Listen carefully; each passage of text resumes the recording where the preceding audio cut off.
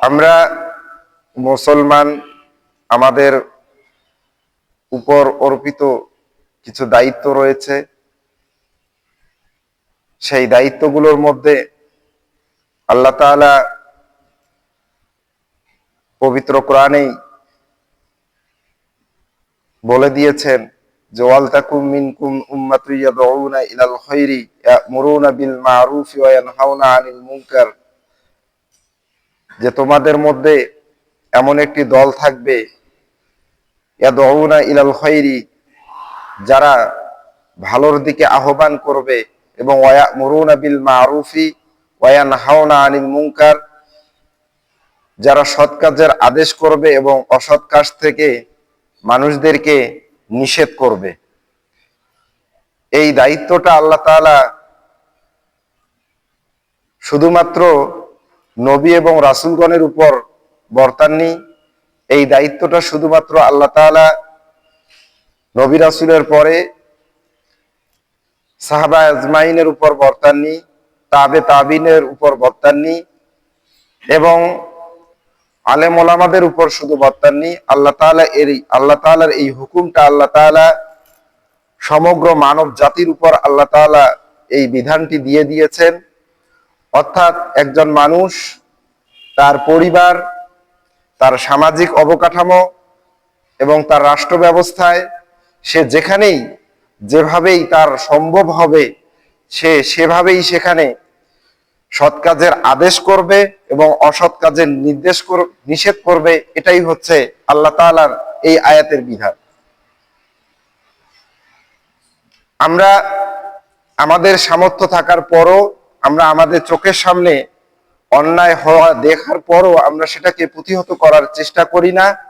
বা আমরা এই অন্যায়টাকে নিছক শুধু আরেকজনের দায়িত্ব মনে করে নিজের দায়িত্ব থেকে এটাকে এড়িয়ে চলি। অথচ আল্লাহ রাসূল সাল্লাল্লাহু আলাইহি ওয়াসাল্লামের একটি হাদিস, মান রাআ মিনকুম মুনকারান ফালইয়ুগাইয়িরহু বিয়াদিহি, এই হাদিসটার সঙ্গে আমরা অনেকেই পরিচিত, যে মান রাআ মিনকুম মুনকারান ফালইয়ুগাইয়িরহু বিয়াদিহি, যে তোমাদের মধ্যে কোনো ব্যক্তি যখন দেখতেছে যে একটা অন্যায় হচ্ছে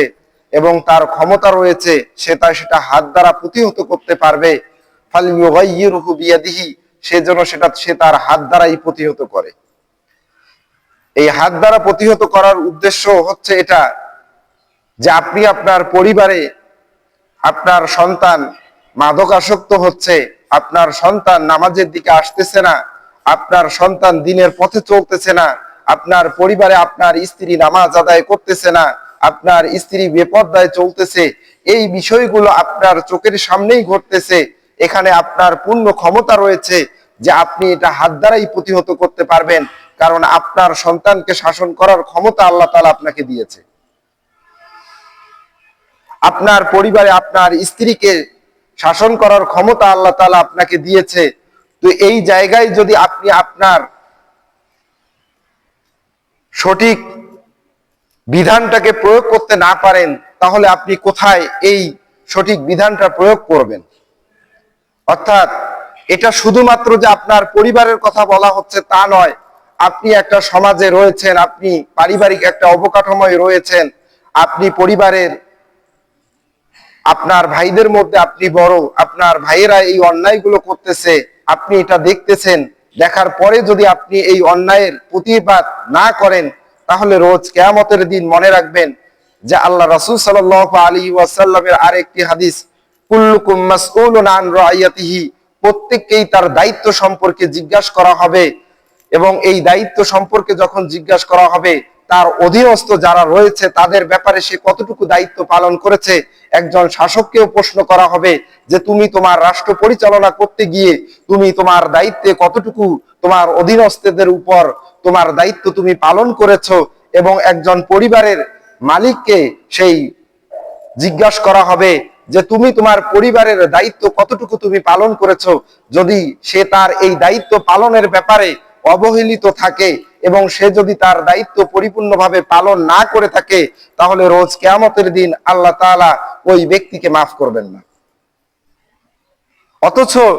আমরা প্রতিষ্ঠান প্রধান অনেকেই রয়েছেন, অফিসের প্রধান রয়েছেন, আমার অফিসে আমার চোখের সামনে অনেক দুর্নীতি হচ্ছে, সুদ ঘুষ আহাজারি সবকিছুই হচ্ছে, আমি জানি আমার ক্ষমতা রয়েছে, আমি সেটা হাত দ্বারাই প্রতিহত করতে পারতেছি, কিন্তু আমি যদি সেটা প্রতিহত না করি তাহলে রোজ কিয়ামতের দিন আমি আপনি আল্লাহ তাআলার নিকট সেই ব্যাপারে কোনো সুপারিশও করতে পারবো না এবং আল্লাহ তাআলার সামনে দাঁড়াতেও আমরা পারবো না।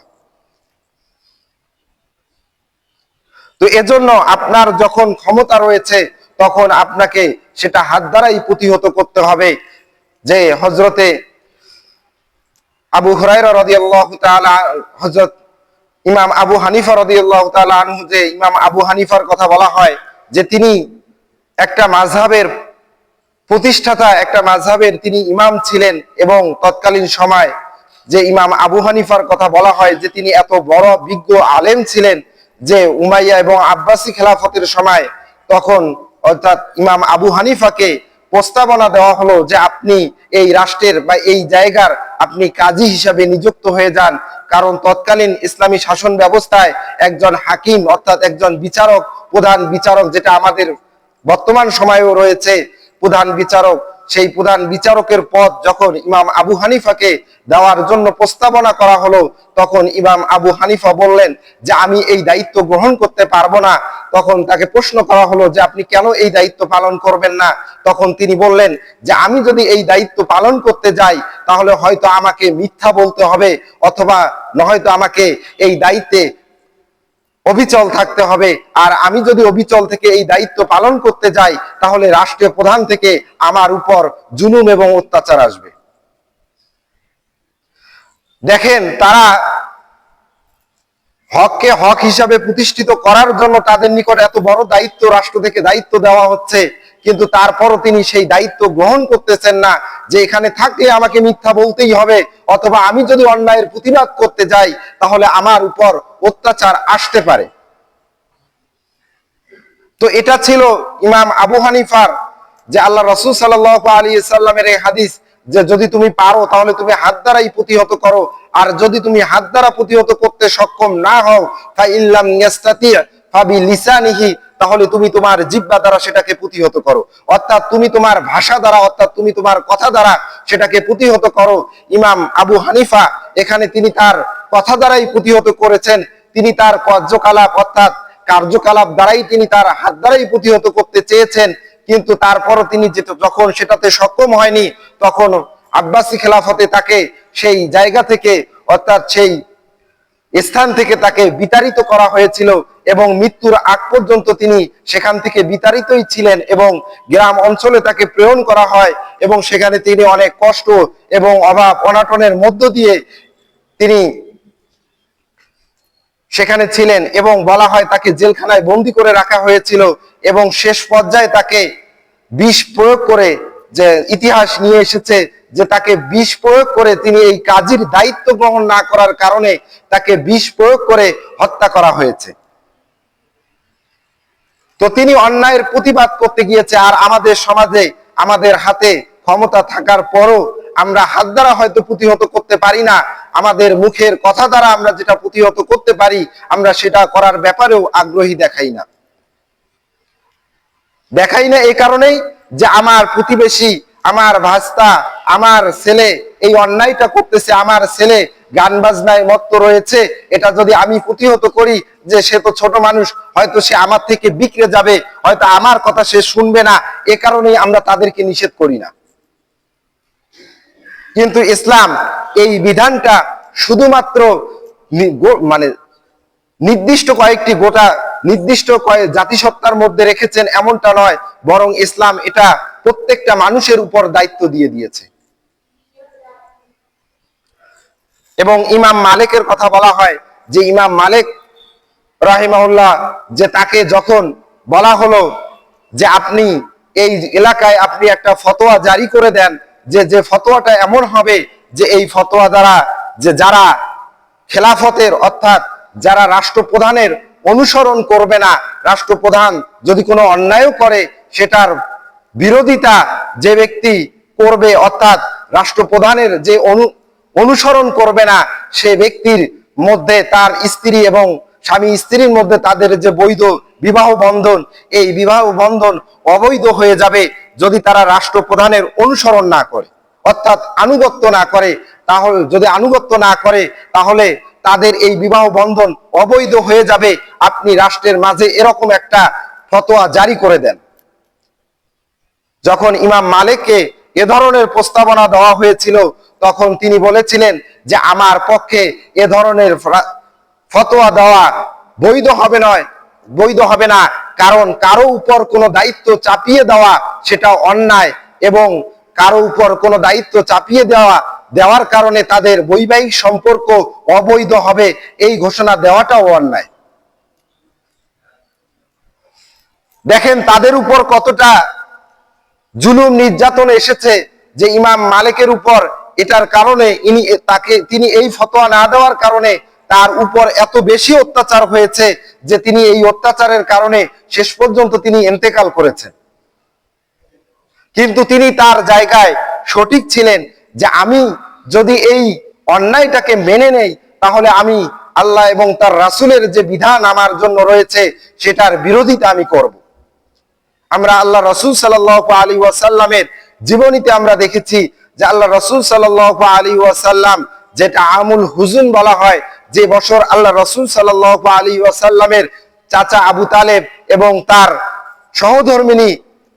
যার ব্যাপারে আল্লাহ তাআলা স্বয়ং, যার উপর আল্লাহ তাআলা শান্তি বর্ষিত হোক, অর্থাৎ যাকে স্বয়ং আল্লাহ তাআলা নিজেই সালাম দিয়েছেন, সেই মা খাদিজা রাদিয়াল্লাহু তাআলা আনহা যে বছর ইন্তেকাল করেছেন, সেই বছরেই আল্লাহ রাসূল সাল্লাল্লাহু আলাইহি সাল্লাম এতটা ব্যথিত ছিলেন যে মক্কার কাফের মুশরিকরা আল্লাহ রাসূল সাল্লাল্লাহু আলাইহি ওয়াসাল্লামের উপর এত বেশি জুলুম এবং অত্যাচার করতেছিল যে করার কারণে আল্লাহ রাসূল সাল্লাল্লাহু আলাইহি সাল্লাম চিন্তা করলেন যে আমার উপর এত অত্যাচার হচ্ছে, আমি এখান থেকে যদি তায়েফে যাই তাহলে হয়তোবা আমি এই জুলুম অত্যাচার থেকে যতটা নিস্তার পাবো তার চেয়ে হয়তোবা তায়েফবাসীগণ আমার এই দ্বীনের দাওয়াতটা তারা কবুল করে নিবে। এই চিন্তাধারা থেকে আল্লাহ রাসূল সাল্লাল্লাহু আলাইহি ওয়াসাল্লাম যখন তায়েফে হিজরত করলেন এবং দ্বীনের দাওয়াত নিয়ে যখন আল্লাহ রাসূল সাল্লাল্লাহু আলাইহি ওয়াসাল্লাম তায়েফে গেলেন, যাওয়ার পরে তিনি সেখানে তিনজন গোত্রীয় নেতাকে যখন তিনি দ্বীনের দাওয়াত দিচ্ছিলেন, দেওয়ার পরে তারা আল্লাহ রাসূল সাল্লাল্লাহু আলাইহি ওয়াসাল্লামকে প্রতি উত্তরে ঠাট্টা এবং বিদ্রুপ করতেছিল এবং আল্লাহ রাসূল সাল্লাল্লাহু আলাইহি ওয়াসাল্লামের পিছনে তৎকালীন সেই যুবকদেরকে লেলিয়ে দিলেন যে এটা মক্কা থেকে একজন, নাউজুবিল্লাহ, যে মক্কা থেকে একজন পাগল এসেছে, তোমরা তাকে এখান থেকে বিতাড়িত করো এবং সে যতক্ষণ পর্যন্ত এখান থেকে দূরে সরে না যাবে ততক্ষণ পর্যন্ত তোমরা তার উপর পাথর নিক্ষেপ করো। এই বলে সেই তায়েফের গোত্রীয় নেতাতয় যে আল্লাহ রাসূল সাল্লাল্লাহু আলাইহি ওয়াসাল্লামের উপর যুবকদেরকে লেলিয়ে দিলেন এবং যুবকেরা আল্লাহ রাসূল সাল্লাল্লাহু আলাইহি ওয়াসাল্লামের উপর আক্রমণ করতেছিল এবং এই পরিস্থিতিতে আল্লাহ রাসূল সাল্লাল্লাহু আলাইহি ওয়াসাল্লাম সেখান থেকে ফিরে একটি খেজুর বাগানে আশ্রয় নিলেন। উতবা এবং সাইবা এই দুইজন ছিলেন সেই খেজুর বাগানের মালিক। সেখানে আল্লাহ রাসূল সাল্লাল্লাহু আলাইহি ওয়াসাল্লাম আশ্রয় গ্রহণ করলেন এবং সেখানে আল্লাহ রাসূল সাল্লাল্লাহু আলাইহি ওয়াসাল্লামের সঙ্গে তার সফর সঙ্গী ছিলেন যায়েদ ইবনে হারেস, যে তিনি আল্লাহ রাসূল সাল্লাল্লাহু আলাইহি ওয়াসাল্লামকে দেখতেছিলেন যে আল্লাহ রাসূল সাল্লাল্লাহু আলাইহি ওয়াসাল্লামের শরীর ফেটে রক্ত পড়তেছিল এবং তিনি আল্লাহ রাসূল সাল্লাল্লাহু আলাইহি ওয়াসাল্লামকে বলতেছিলেন যে ইয়া রাসূলুল্লাহ, আপনি তাদের জন্য বদদোয়া করেন, যে আপনি তাদের জন্য বদদোয়া করেন। এবং আল্লাহ রাসূল সাল্লাল্লাহু আলাইহি ওয়াসাল্লাম সেখানে বদদোয়া করেননি, বরং আল্লাহ রাসূল সাল্লাল্লাহু আলাইহি ওয়াসাল্লাম সেখানে একটা সুন্দর উত্তর দিয়েছেন এবং যেটা পুরো মানব জাতির জন্য দৃষ্টান্ত হয়ে আছে যে আমরা যদি কোনো অন্যায়ের প্রতিবাদ করতে যাওয়ার পরে আমার উপর যদি কোনো জুলুম এবং অত্যাচার চলে আসে তাহলে আমাকেও সেই মুহূর্তে ধৈর্য ধারণ করতে হবে। আল্লাহ রাসূল সাল্লাল্লাহু আলাইহি ওয়াসাল্লামের তায়েফ থেকে ফেরার এই ঘটনাই আমাদেরকে সেটাই শিক্ষা দেয়। এবং আল্লাহ রাসূল সাল্লাল্লাহু আলাইহি ওয়াসাল্লামের নিকট হযরতে জিবরাইল আলাইহিস সালাতু ওয়াস সালাম ওহী নিয়ে আসলেন এবং হযরতে জিবরাইল আলাইহিস সালাতু ওয়াস সালাম সেখানে আল্লাহ রাসূল সাল্লাল্লাহু আলাইহি ওয়াসাল্লামকে বললেন যে ইয়া রাসূলুল্লাহ, আপনি অনুমতি দেন যে তায়েফের দুই দিকে যে পাহাড় রয়েছে, আপনি যদি অনুমতি দেন তাহলে আমি এই পাহাড় দ্বয়কে একত্রিত করে তাদেরকে নিশ্চিহ্ন করে দেব। এবং ইতিপূর্বে আল্লাহ তাআলার বিধান দেখেন, ইতিপূর্বে আল্লাহ তাআলা কওমে সামুদ, কওমে লূত এদেরকেও আল্লাহ তাআলা শাস্তি দ্বারা ধ্বংস করে দিয়েছেন। এবং তায়েববাসীর ব্যাপারেও হযরত জিবরাইল আলাইহিস সালাতু ওয়াস সালাম একই ওহী নিয়ে এসেছেন, কিন্তু আল্লাহ রাসূল সাল্লাল্লাহু আলাইহি সাল্লাম সেখানে উত্তর দিয়েছেন যে আমি আশা করি হয়তো সেখান থেকে এমন কোন ব্যক্তি, এমন কোন মানুষ জন্মগ্রহণ করবে যে যারা পরবর্তীতে ইসলামের দায়ী হয়ে যাবে এবং যারা ইসলামকে গ্রহণ করে নিবে। দেখেন আল্লাহ রাসূল সাল্লাল্লাহু আলাইহি সাল্লাম সেখানে দিনে ভালো কাজের আদেশ করার জন্য তাদের কাছে গিয়েছিলেন। তারা আল্লাহ রাসূল সাল্লাল্লাহু আলাইহি ওয়াসাল্লামের নিকট উপর নির্যাতন করার পরেও আল্লাহ রাসূল সাল্লাল্লাহু আলাইহি সাল্লাম এরকম মুহূর্তেও ধৈর্য ধারণ করেছে। এখন আমি আপনি এই সামান্য কাজে আমরা সৎ কাজের আদেশ করতে যাব, সেখানে আমার উপর জুলুম বা অত্যাচার হতে পারে, এই চিন্তাধারা থেকে আমরা সেখান থেকে বিরত থাকি। অথচ আল্লাহ রাসূল সাল্লাল্লাহু আলাইহি ওয়াসাল্লামের আরেকটি হাদিস, মা মিন কওমিন ইয়ামালু ফীহিম বিল মাআসি সুম্মা ইয়াকদিরুনা আলা আন ইউগাইয়িরু সুম্মা লা ইউগাইয়িরুনা ইল্লা ইউশিকু আন ইয়াউম্মাহুমুল্লাহু বিইকাবিন, যে মা মিন কওমিন ইয়ামালু ফীহিম বিল মাআসি, সম্প্রদায়ের মধ্যে এমন কোন লোক নেই, যে এমন কোন লোক যদি থাকে যে কিছু সংখ্যক লোক যারা অন্যায় কাজের মধ্যে লিপ্ত হয়েছে, মা মিন কওমিন ইয়ামালু ফীহিম বিল মাআসি, যারা অন্যায় কাজগুলো করতেছে, ফায়াকদিরু আলাইহিম, যে তাদের মধ্যে এমন কোন লোক রয়েছে যারা সক্ষমতা রাখে যে তারা তাদেরকে প্রতিহত করতে পারবে, কিন্তু ফাওয়ালা ইউগাইয়িরু বিশাইইন, যে সে সেটাকে কোনোভাবেই প্রতিহত করতেছে না, তার ক্ষমতা রয়েছে যে সে প্রতিহত করতে পারে কিন্তু সে সেটাকে প্রতিহত করতেছে না, তাহলে তার উপর কি ধরনের ভয়াবহ শাস্তি আসতে পারে। আল্লাহ রাসূল সাল্লাল্লাহু আলাইহি সাল্লাম এখানে বলেছে যে সেই জাতির উপর, অর্থাৎ সেই সম্প্রদায়ের উপর অথবা সেই গ্রামবাসীর উপর এ ধরনের এমন কোন শাস্তি আল্লাহ তাআলা এমন সময় এমন ভাবে দিয়ে দিবে যে তারা টেরও পাবে না। যে সেই শাস্তিটা আসবে কখন, যে বলা হয়েছে হাদিসের ইবারতে আরেক জায়গায় বলা হয়েছে যে হুয়া ক্বাবলাল মাউতি, যে এই শাস্তিটা আসবে তার মৃত্যুর পূর্বে। অর্থাৎ আপনার এলাকায় অন্যায় হচ্ছে, আপনি প্রতিহত করার ক্ষমতা রাখেন, আপনি সেটাকে প্রতিহত করতেছেন না। দেখা যাচ্ছে আপনার এলাকায় জুয়া খেলতেছে, আপনার এলাকায় দুই একজন মদ খাচ্ছে, আপনি এটাকে প্রতিহত করতেছেন না, আপনার উপরেই এটার শাস্তি চলে আসবে। এবং শাস্তিটা এমন ভাবে আসবে যে এটা অবধারিত, যে আল্লাহ রাসূল সাল্লাল্লাহু আলাইহি সাল্লামের এই হাদিসেরই আর একটা অংশ নিয়ে এসেছে যে সেটা যদি তৎক্ষণাৎ না আসে অথবা কোনো একটা সময় না আসে, মনে রাখবেন যে আপনার মৃত্যুর পূর্বেই এই শাস্তিটা আসবে। হয় না আমাদের সমাজে এটা? আপনার বাড়ির পাশে একজন মাদকাসক্ত, আপনি জানেন তাকে প্রতিহত করতেছেন না, দুদিন পরে দেখা যাচ্ছে যে আপনার নিজের সন্তানটাই সেই মাদকে আসক্ত হয়ে যাচ্ছে। এটা হচ্ছে আপনি আপনার দায়িত্বের জায়গা যখন আপনি ছেড়ে দিবেন, কোরআন হাদিস আপনাকে শিক্ষা দিচ্ছে যে আপনি অন্যায়কে প্রতিহত করেন, আর আপনি যখন প্রতিহত করতেছেন না তখন আল্লাহ তাআলা আপনার উপর এই শাস্তিটা চাপিয়ে দিচ্ছে। এবং ইমাম বুখারীর ক্ষেত্রে বলা হয়েছে যে ইমাম বুখারী যখন তিনি হাদিসের দর্শগুলো দিচ্ছেন, ইমাম বুখারী হাদিসের দর্শ দেওয়ার সময় তৎকালীন সময় যে রাষ্ট্রপ্রধান তার কাছে প্রস্তাব পাঠালেন যে হে মুহাম্মদ, যে তুমি যে হাদিসের দর্শগুলো দিচ্ছ, এই হাদিসের দর্শে তুমি আমার বাড়িতে এসে আমার সন্তানদেরকে তুমি হাদিসের দর্শ দিয়ে দাও। অর্থাৎ ইমাম বুখারী মসজিদে বসে যে হাদিসের দর্শ দিতেন, সেখানে তার নিকট অনেক ছাত্র এসে পড়াশোনা করত, হাদিসের দর্শ নিত। এবং তৎকালীন সময়ে সেখানকার রাষ্ট্রপ্রধান আবু জাফর ইবনে আব্বাস, যে তিনি প্রস্তাবনা রাখলেন যে হে মুহাম্মদ, তুমি আমার বাড়িতে এসে আমার সন্তানদেরকে হাদিসের শিক্ষা দাও। আমার সন্তানেরা অন্যদের সাথে গিয়ে হাদিসের শিক্ষা গ্রহণ করতে পারবে না, কারণ আমি তো রাষ্ট্রপ্রধান, আমার সন্তানদের মর্তবা অনেক বেশি। ইমাম বুখারীকে এ ধরনের প্রস্তাব যখন দেওয়া হলো, ইমাম বুখারী তখন বললেন যে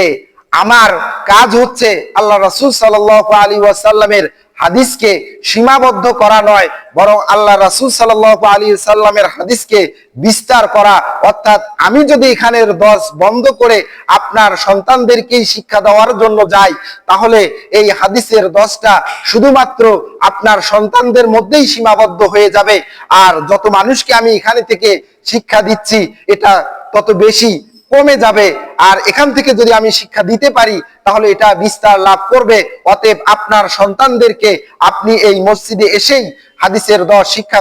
গ্রহণ করার জন্য অনুমতি দেন। তো দেখেন, একজন রাষ্ট্রপ্রধান তিনি যখন ঘোষণা দিয়েছেন কোন ব্যক্তিতে, আমাদের সমাজে বর্তমান প্রেক্ষাপট হলে তো যাকে দেওয়া হতো তিনি তো খুব তাড়াতাড়ি সেখানে চলে যেতেন এবং তিনি এটা নিজেকে গর্ববোধ মনে করতেন। কিন্তু ইমাম বুখারীকে যখন এ ধরনের প্রস্তাব দেওয়া হলো, তিনি উত্তরটা যখন এভাবে দিলেন, তখন ইমাম বুখারীকে সেই শহর থেকে বিতাড়িত করা হলো। তবে এই বিতাড়িত করার পরও ইমাম বুখারী তার জায়গা থেকে, তার রাষ্ট্রপ্রধানের এই অন্যায় আবদার থেকে তিনি সামান্যতম পিছপা হননি। অর্থাৎ তিনি তার নীতিতে এবং কোরআন হাদিসের বিধানের জায়গায় তিনি অটল ছিলেন, যে তিনি মনে করেছেন যে যদি আমি এটা করি তাহলে আমার হাদিসের দর্সটা সংক্ষিপ্ত হয়ে যাবে, সংকীর্ণ হয়ে যাবে, যেটা ইসলামের সাথে পরিপূর্ণ গাদ্দারি হবে। এই চিন্তা করেই তিনি সেখানে যাননি এবং তিনি সেই রাষ্ট্র থেকে, যেহেতু রাষ্ট্রপ্রধানের সাথে তিনি যুদ্ধ করে হয়তো পারবেন না, কিন্তু তিনি তার জায়গা থেকে, যে হাদিসের আরেকটি অংশ রয়েছে, ফাইল্লাম ইয়াস্তাতি ফাবি লিসানিহি ফাবি যালিক, ফাইল্লাম ইয়াস্তাতি ফাবি লিসানিহি ফাবি কলবিহি, যে যদি তুমি কথা দ্বারা প্রতিহত করতে না পারো, তাহলে তুমি তোমার অন্তর দ্বারা সেটাকে প্রতিহত করো। ইমাম বুখারী সেটাই করেছেন, যে তিনি যেহেতু কথা দ্বারাও পারেননি এবং হাত দ্বারাও করার সক্ষমতা রাখেন না, তিনি যেহেতু তার অন্তর দ্বারা, যে আমি যদি এই শহর থেকে চলে যাই তাহলে আমার উপর এই ধরনের নির্দেশনা আর কার্যকর হবে না, এটাই চিন্তা করে তিনি সেই শহর থেকে দূরে চলে গিয়েছে। তো এজন্য আমাদের সমাজে, আমাদের চোখের সামনে অনেক ধরনের অন্যায় হয়ে থাকে। কোনটা অন্যায় আর কোনটা ন্যায়, এটা বিস্তারিত আপনাদের সামনে বলার প্রয়োজন হয় না, কারণ আমরা মানুষ, আমাদের বিবেক রয়েছে, আমাদের বিবেক আমাদেরকে বলে দেয় যে কোনটা অন্যায় আর কোনটা ন্যায়। তবে মনে রাখবেন যে শুধুমাত্র এটা কয়েকজনের উপর নির্ধারিত নয়, যে সমাজে তো আলেম ওলামা রয়েছে, তারাই শুধু অন্যায়ের প্রতিবাদ করবে বা অন্যায়ের প্রতিবাদে কথা বলবে, আর আমি তো সাধারণ মানুষ, আমার এটা দায়িত্ব নয়। একজনকে নামাজের দিকে আহ্বান করা, এটা তো শুধু হুজুরাই করবে, আমরা করব না বা আমার দায়িত্ব নয়, বিষয়টা এমন নয়। তো এজন্য আমাদের উপর যেটা অর্পিত দায়িত্ব আল্লাহ তাআলা দিয়ে দিয়েছেন, সেই দায়িত্বটা আমরা যেন পরিপূর্ণভাবে আদায় করতে পারি। আল্লাহ তাআলা আমাদের সেই তৌফিক দান করুন।